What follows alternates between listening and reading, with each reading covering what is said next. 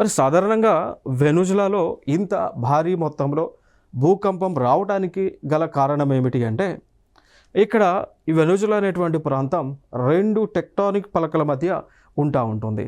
So భూకంపం unlike Venezuela అనేటువంటి దేశం 2 టెక్టానిక్ ప్లేట్స్ మధ్య ఉంటాయి. లైక్ ఫర్ ఎగ్జాంపుల్ ఏదో ఒక టెక్టానిక్ ప్లేట్ మనకి ఇదంతా కూడా చదివి ఉంటాం. మీరు వరల్డ్ జియోగ్రఫీలో కాంటినెంటల్ డ్రిఫ్ట్ థియరీ ఎవరైతే ఆల్ఫ్రెడ్ వెజ్నర్ ప్రపోజ్ చేసినటువంటి కాంటినెంటల్ డ్రిఫ్ట్ థియరీ కానీ, లేదా హెస్ ప్రపోజ్ చేసినటువంటి ప్లేట్ టెక్టానిక్ థియరీస్ అంటే పలకల సిద్ధాంతం కానీ మీరు చదివి ఉంటే దానిపైన మీకు అవగాహన అక్కడ డిస్కస్ చేసి ఉంటారు. సో అదే మళ్ళీ ఇప్పుడు న్యూస్లో ఉంది అనమాట. ఓకేనా. So this topic is relevant to the Geography. So దాన్ని ఒకసారి నేను గుర్తు చేస్తాను.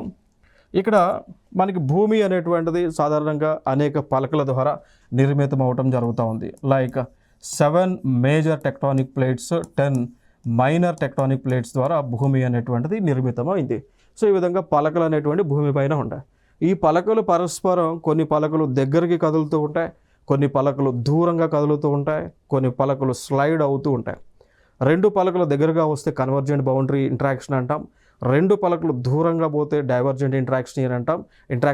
2 పలకలు పరస్పరంగా ఇలా ఢీకొట్టుకుంటూ ఉంటే ట్రాన్స్ఫార్మ్ బౌండరీ ఇంటరాక్షన్ అంటాం. ఎప్పుడైనా కానీ ఈ 2 పలకలు పరస్పరం ఇలా ఢీకొట్టినప్పుడు ఇలా ఢీకొడుతున్నప్పుడు బరువు ఉన్నటువంటి పలక కిందకి పోతుంది, బరువు లేనటువంటి పలక ఇలా స్లైడ్ అవుతూ ఉంటుంది. ఈ క్రమంలో భూకంపాలు అనేటువంటివి వస్తూ ఉంటాయి. కొన్ని సందర్భంగా అగ్నిపర్వతం యొక్క విస్ఫోటనం కూడా జరుగుతుంది. సో ఇప్పుడు మనకి ఇక్కడ ఏం జరిగింది అంటే, వెనుజులా పాయింట్ ఆఫ్ వ్యూలో మనం ఎగ్జాంపుల్గా తీసుకుంటే 2 పలకల మధ్య ఉంటుంది. లైక్ ఇదొక పలక టెక్టానిక్ ప్లేట్స్. సో ఈ పలక పేరు ఏమిటి అంటే దీన్ని కరీబియన్ టెక్టానిక్ ప్లేట్ అని అంటాం. కరీబియన్ భూ పలక అని అంటాం. ఇది బరువు ఎక్కువ ఉంటుంది, దీని యొక్క సాంద్రత ఎక్కువ కాబట్టి ఇది లోపలికి చొచ్చిపోతూ ఉంటుంది. అంటే లైక్ ఆస్ట్రోస్ఫియర్ అనేటువంటి పొర ఏదైతే ఉందో సో దానిలోకి చొచ్చుకుపోతూ ఉంటుంది.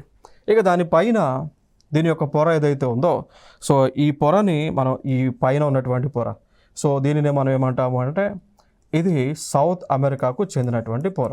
సో దీన్ని సౌత్ అమెరికా టెక్టానిక్ ప్లేట్ అని అంటాం.